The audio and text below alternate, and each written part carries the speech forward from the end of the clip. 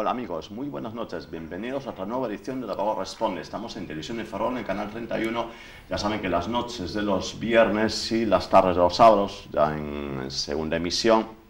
pues tratamos un poquito de hablar de cosas útiles, todo lo relacionado con los consumidores y usuarios, todo lo que es un poquito afectar a su día a día y en esa lucha que tienen muchas veces con el vendedor, con el distribuidor, con el fabricante. Y bueno, en ese empeño, pues en esta ocasión traemos a un invitado que hemos tenido la suerte y el honor de contar con él en otras ocasiones y que pasamos ya a saludar. Hola Domingo, muy buenas noches. Hola, muy buenas noches, encantado de estar aquí otra vez con todos ustedes. Muchas gracias porque además Domingo, pues desgraciadamente para nosotros no vive en la ciudad de Ferrol, con lo cual tiene que desplazarse ese proceso y lo cual le agradecemos pues infinitamente su gran cortesía. Es siempre un placer y una satisfacción visitar con este motivo Ferrol. Y Domingo, que bueno, últimamente no es que no venga mucho a Ferrol, en fin, por desgracia pues para nosotros, sino que tampoco en Galicia, porque últimamente lo vemos más recibiendo condecoraciones como la última de la condecoración de Alfonso X el Sabio, ¿no? Sí, constituye esa condecoración en concreto una gran satisfacción y un alto honor, es la máxima distinción que concede, que se concede en España. La presidencia de la orden recae en el jefe del Estado, el rey Felipe, y es la distinción máxima relacionada con el ámbito de la educación, de la cultura y de la investigación. Una persona, Domingo, que no solamente es un excelente profesor, sino que además pues, tiene una dilatada carrera también en lo que es la administración pública, la parte un poquito incluso más cercana a la política que a la administración. No en vano, pues en una de las épocas del gobierno de Manuel Fraga, ya precisamente falleció Manuel Fraga, pues había estado pues asumiendo la dirección de la EGAP, Escuela Galega de Administración Pública. Sí, la dirección de todo el centro de formación de todo el personal al servicio de las administraciones públicas de Galicia. Es absolutamente necesario precisamente poner en funcionamiento el gran valor y la preocupación por la formación que tienen los empleados públicos, pues para intentar entre todos prestar el mejor servicio a la ciudadanía. Y me consta por conversaciones que he tenido con gente de la casa que le guardan un gran recuerdo, un gratísimo recuerdo de su paso por allí. Una época en la que no siempre fue así, pero en aquella época pues era gente siempre pues con una altísima formación en la que colocaban en esos puestos. Bueno, pero en todo caso, bueno, la dirección en este caso de la Escuela de Administración Pública es un nombramiento discrecional para personas que tienen una experiencia. En general se ha llevado a cabo de acuerdo con esos criterios de eficacia y de mérito y capacidad. Porque a veces los nombramientos hasta es complejo un poquito hacerlos, digo, el perfil técnico. Por ejemplo, pues el Consejo Asesor, no sé, por ejemplo, de la Agencia Española de Protección de Datos, un especialista en la materia, claro, ¿quién acredita que alguien es especialista, ¿no? Bueno, yo, por ejemplo, he sido también nombrado por Consejo de Ministros vocal de la sección primera de la Comisión Nacional de la Propiedad Intelectual, y la verdad es que he escrito muchas publicaciones justamente sobre el arbitraje de la propiedad intelectual, que es un elemento esencial precisamente para intentar disminuir los conflictos en materia de propiedad intelectual y tratar de proteger y tutelar el derecho moral de autor y, en definitiva, que se puedan difundir y divulgar las obras relativas a la propiedad intelectual. O sea que está muy relacionado justamente también con la Comisión Nacional de la Competencia, precisamente. Sí, bueno, propiedad intelectual, propiedad industrial. En la propiedad industrial tenemos un poquito más de noticias, pues más que nada porque tanto el juzgado de marca comunitaria como el propio tribunal pues está en Alicante, con lo cual en España para todo el ámbito de la Unión Europea. Pero sabemos un poquito menos, a lo mejor, de propiedad intelectual. Domingo no solamente pues atesora esa experiencia en eso, sino que me consta que también internacionalmente lo reclaman, ¿no? Sí, bueno, los arbitrajes en materia internacional a los que usted se refiere son relativos, especialmente he trabajado en el Banco Mundial y en la Corte Internacional de Arbitraje de La Haya, frente a los estados. Es decir, cuando un inversor tiene una reclamación que hacer frente a un Estado, suele acudir precisamente al arbitraje internacional, al margen de que existen, por supuesto, los juicios y los tribunales nacionales. Pero fíjese usted qué casualidad, porque los primeros que he llevado a cabo eran contra Argentina, Daimler, Chrysler, Mercedes-Benz, aquí hemos hablado en algunas ocasiones. Justamente el primer Estado de la Unión Europea condenado precisamente por vulnerar los derechos de tutela y protección del inversor fue España, justamente con una reclamación de un ciudadano argentino, Agustín Maffezini, que intentó llevar a cabo una industria, una fábrica de productos químicos, precisamente en Mesía, aquí cerca, y al final pues se llevó a cabo una alianza con una empresa que ya no existe, que era el área industrial de la Xunta de Galicia. La inversión resultó fallida y finalmente se condenó al Estado español, al Reino de España, a devolverle la cantidad que había invertido y los intereses. Justamente después Argentina recibió numerosas reclamaciones en la época del Corralito, y ahora es otra vez España el país que tiene más reclamaciones pendientes de resolución por inversiones fallidas, justamente por la alteración en las tarifas de las energías eólicas y de un cambio que hubo de la normativa de las tarifas. Bueno, un tema en el de, efectivamente, que está muy de actualidad, como también lo está muy de actualidad el tema de los consumidores. No en vano, España pues se incorpora o se está incorporando, o digamos se va a incorporar tarde un poquito a la directiva de daños, por ejemplo, que tanto influencia tiene en el derecho de los consumidores. Estamos viviendo, Domingo, quizás un boom, digamos, del aspecto más tuitivo por parte de la Unión Europea y de rebote, por supuesto, España en materia de los consumidores, porque ya son muchos los asuntos, ¿no?, en los cuales la Unión Europea está abriendo la puerta para que España, pues digamos, proteja mejor a los consumidores, por supuesto, los tribunales, el legislador. Estamos viendo, por ejemplo, el tema de cláusula suelo, cómo se obliga a cambiar la tendencia del Tribunal Supremo, ¿no?, con esa sentencia un poquito extraña, quizás en la que aplicaba pues la nulidad, pero no con efectos retroactivos. Cláusula gastos, se espera que a lo mejor pudiese haber un pronunciamiento de la Unión Europea. IRPH, índice de referencia de productos hipotecarios. Estamos también con el tema del diésel, el famoso Dieselgate. Es decir, se acumulan los asuntos en los que España parece que está dentro de la Unión Europea, no está el consumidor, ¿no? Este programa estamos muy atentos a los derechos de los consumidores. Está, digamos, respirando en muchas ocasiones gracias a la jurisprudencia del Tribunal de Justicia de la Unión Europea y, por supuesto, también del Parlamento y el Consejo Europeo. Sí, efectivamente. Desde antiguo hubo una serie de directivas precisamente en protección de los consumidores y de los usuarios, porque es cierto en España y en otros muchos países que sobre todo los contratos con condiciones generales, los contratos en masa, adolecían en numerosas ocasiones de cláusulas y de condiciones abusivas, no fácilmente inteligibles, y que en consecuencia fueron ya declarados nulos en las propias directivas, al margen después de la aplicación jurisprudencial de los casos que usted más recientemente ha señalado, y que en definitiva yo creo que todos debemos de congratularnos precisamente por esa mayor tutela, protección, y debemos de insistir. Es una buena ocasión y le felicito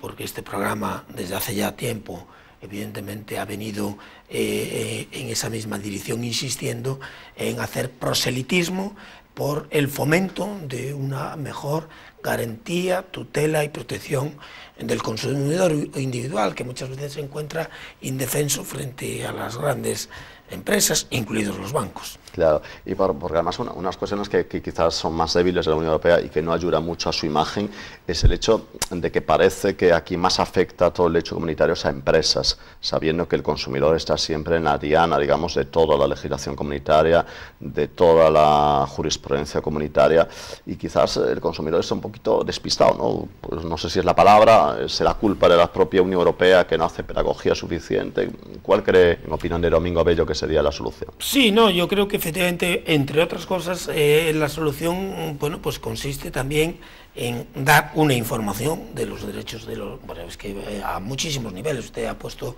esos ejemplos, pero con las compañías aéreas, por supuesto, con una serie de grandes multinacionales y de empresas, las compañías telefónicas, del gas, etcétera, que mandan una serie de documentación que son absolutamente ininteligibles para el consumidor medio e incluso para el avezado jurista que muchos aquí nos siguen. Bueno, pues yo creo que es hora también, y por eso aprovecho esta oportunidad no solo para felicitarles, sino también para hacer en definitiva más hincapié y énfasis en potenciar, promover y estimular el mayor conocimiento de los consumidores de sus derechos, que al final, aunque parezca el esfuerzo de Sísifo, consiguen obtener un resultado óptimo y satisfactorio a través de la tutela judicial y de impetrar la tutela de los tribunales de justicia. Sí, porque en muchas ocasiones ya no es que infrinja normativa comunitaria, es que ya directamente, como estamos viendo por ejemplo ahora con el tema del cártel, famosos camiones, es que directamente ya se ponen las empresas, pues hacen un acuerdo para pactar precios, lo cual obviamente está prohibido. Sí, efectivamente ella vulnera también ya no solo los derechos fundamentales de los consumidores, sino el elemental derecho a la libre competencia y a la concurrencia, sin unos factores de una especial preponderancia y preeminencia de las grandes empresas frente al usuario individual, ¿no? Bueno, estamos hablando mucho de derecho comunitario, de consumidores, de grandes empresas, pero es muy difícil escoger en fin, alguna de las materias de las que Domingo Bello pues tiene un gran conocimiento, pero desde luego de la Ley de Derecho Civil de Galicia pues sabemos que tiene grandes conocimientos. ¿Cómo cree que puede sentar? De hecho hemos ya visto un poquito reflexiones de Domingo Bello en distintos medios de comunicación, de distinto ámbito además. Puede ser, quizás a lo mejor la gente no se da cuenta de la incidencia que puede tener la nulidad del Tribunal Constitucional de varios de los preceptos de nuestra Ley de Derecho Civil de Galicia. Mire, la Ley de Derecho Civil de Galicia, el derecho civil se refiere en general a la regulación de los derechos y de los intereses y de los negocios jurídicos de las personas, es el derecho de la persona. Afecta a parcelas de la vida de los ciudadanos que repercuten de manera directa en su entorno inmediato, pues la familia, la propiedad, las sucesiones, los contratos, etc. Por tanto, aunque no parezca que tuviese una gran repercusión pública, sin embargo, es especialmente, de una manera singular, incidente sobre la vida cotidiana. Y por lo tanto, su regulación afecta a la esencia misma de los derechos de la persona, y en el caso de Galicia y de otras comunidades autónomas con derecho civil propio, es un elemento singular, quizá el más precioso, de autoidentificación de Galicia, pues regulando instituciones que bueno, pues no tenían adecuada o no tienen adecuada cabida y no tienen reflejo satisfactorio en el derecho civil común, en el Código Civil, que como usted bien sabe, pues procede nada menos que en su esencia de 1889, copiado prácticamente de manera literal del Código Civil francés de 1804, ese periodo de casi un siglo para copiar no se debía solo a que costase traducir, sino que efectivamente fue lastrado justamente por el problema que todavía existe vigente en nuestro país de los derechos forales basados en privilegios medievales. Bueno, en realidad, en la Constitución en 1978 se optó por una posición intermedia y se especificó en el artículo 149.1.8 que el Estado tiene competencia exclusiva sobre la legislación civil. La que afecta a parcelas de la vida de los ciudadanos que repercute de manera directa en su entorno inmediato.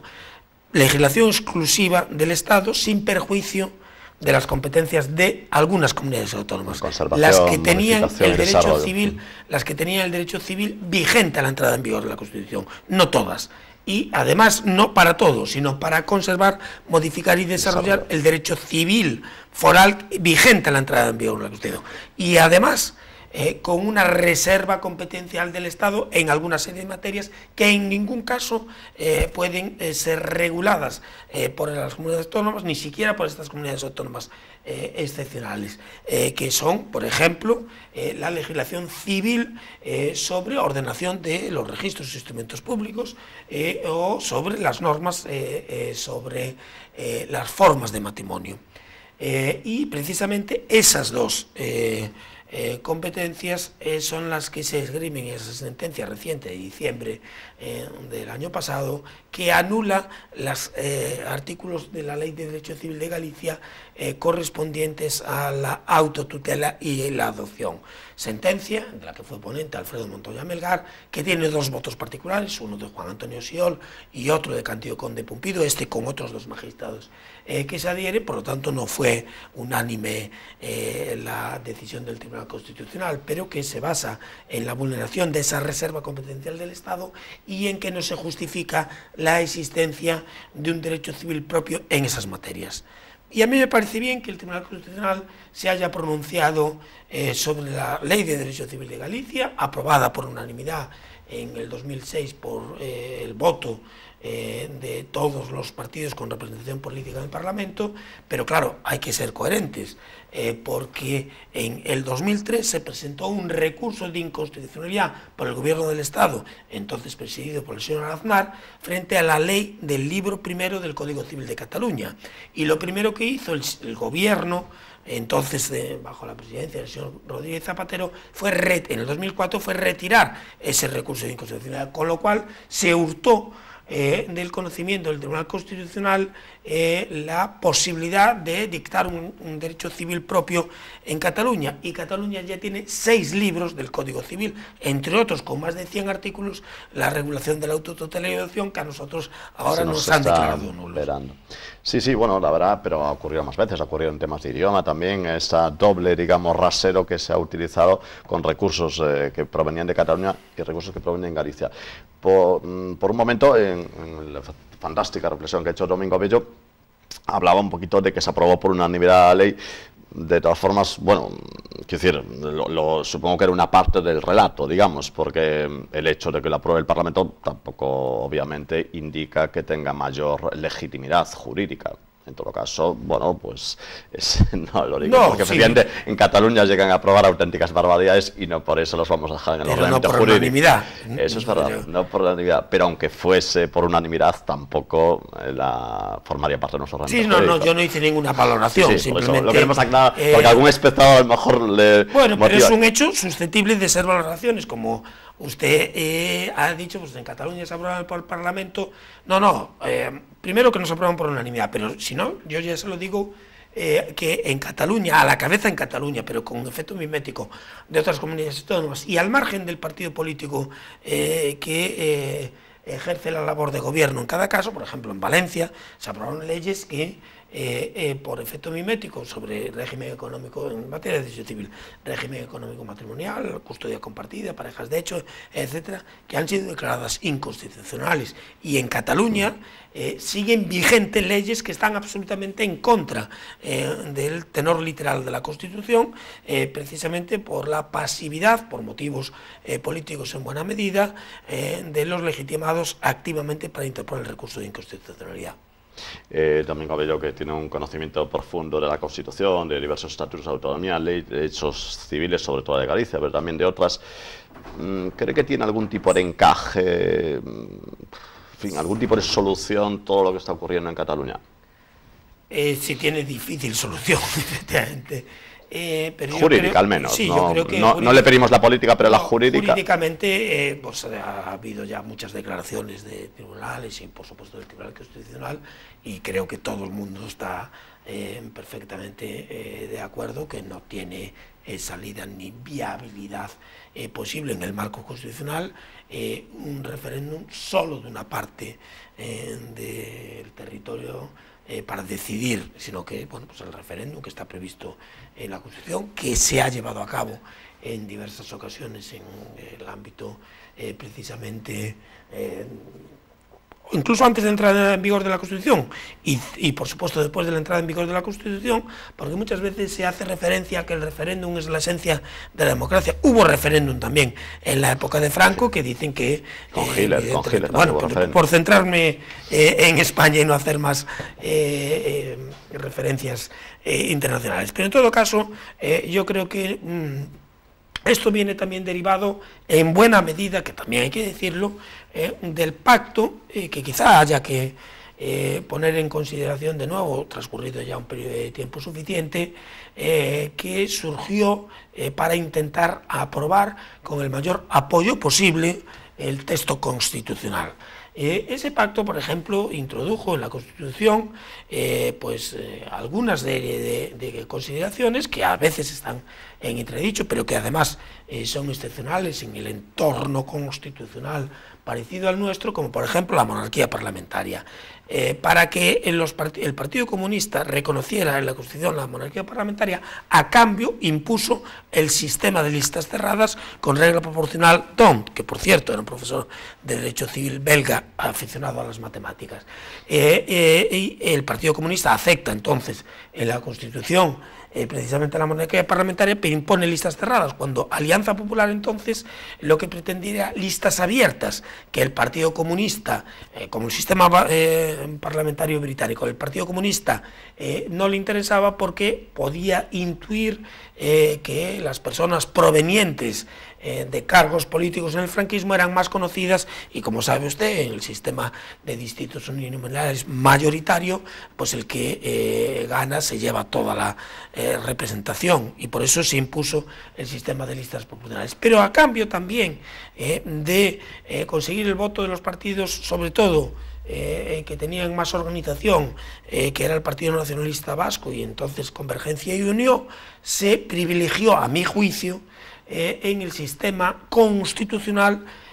la posibilidad de determinados partidos de presentarse por una circunscripción territorial. Esto se ha denunciado muchas veces. Hay determinados partidos que con menos votos tienen muchos más escaños. Somos los 5 diputados para tener el grupo parlamentario, también vienen aprovechándose de esa regla. Bueno, pues todo eso a lo mejor es el momento ya de reconsiderar, dado que hay evidentemente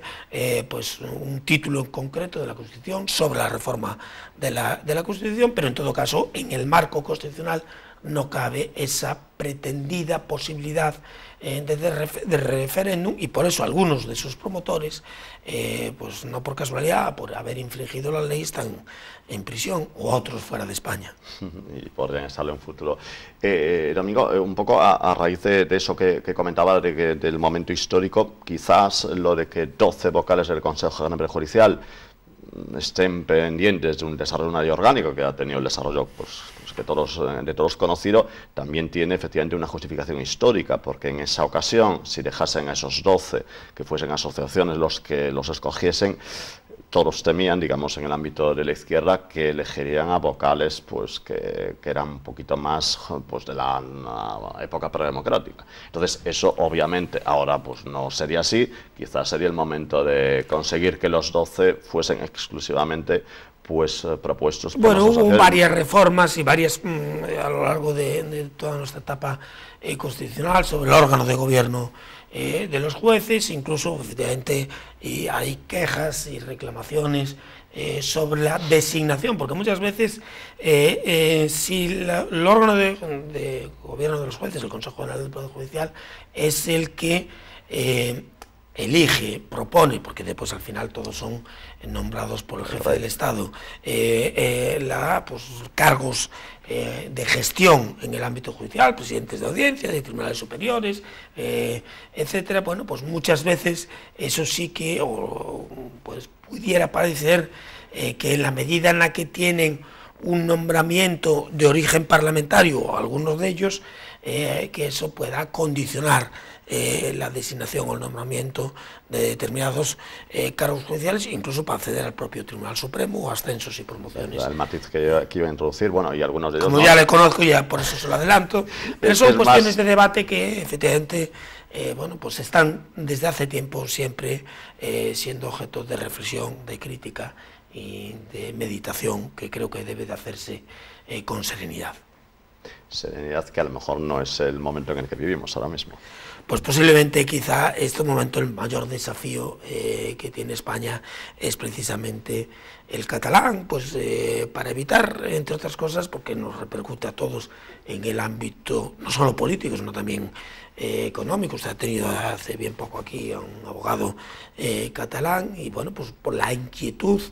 que supone para las empresas, y para, a veces ha salido alguna persona que dice, oiga, no me penalice que aunque estos productos son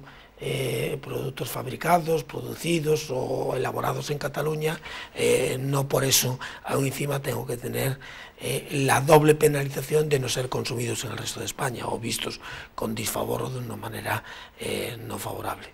Y Domingo, si nos permite la pregunta, ¿cómo se ve en el ambiente académico? Domingo, que viaja por el extranjero, va mucho por todos los rincones de España. A nivel universitario, ¿cómo se está viendo todo esto? ¿Los colegas catalanes qué opinan de todo esto? Sí. Hombre, yo creo que efectivamente no es una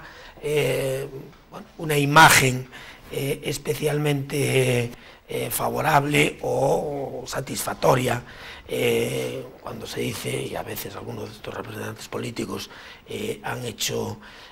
mención a que en España no existe una justicia democrática o que no existe la posibilidad de desarrollar democráticamente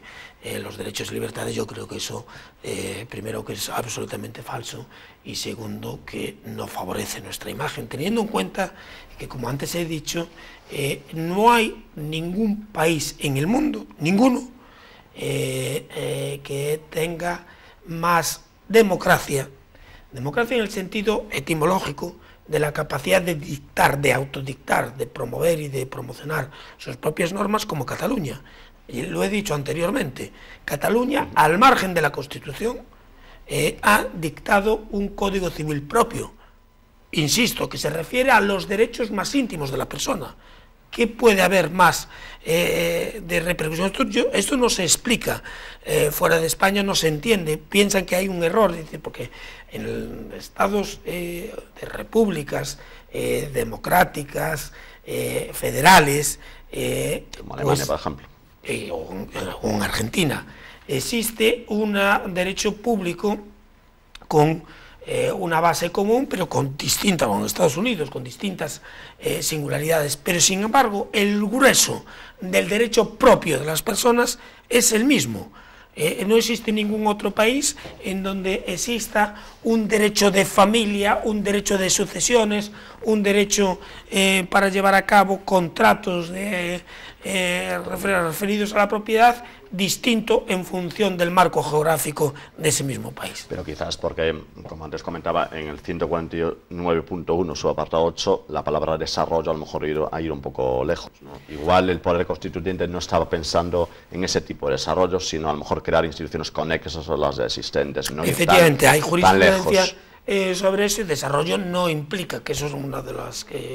consecuencias que aparecen en la sentencia del Tribunal Constitucional sobre la autotutela y adopción en Galicia, no implica ni supone ni puede significar la regulación ex novo de instituciones no reguladas con anterioridad. Que sí se ha hecho, Catalán. Domingo, la verdad es que se nos pasa un suspiro el tiempo que está aquí, Domingo, y no tenemos más que, por supuesto, agradecerle profundamente la visita aquí de Domingo Villajaneiro. Muchas gracias a todos y muy buenas noches. Muchas gracias. Bien, amigos, esperemos que les haya gustado este programa y mañana, la próxima semana, pues volveremos aquí con más temas, siempre cerca del consumidor. Que tengan un muy buen fin de semana.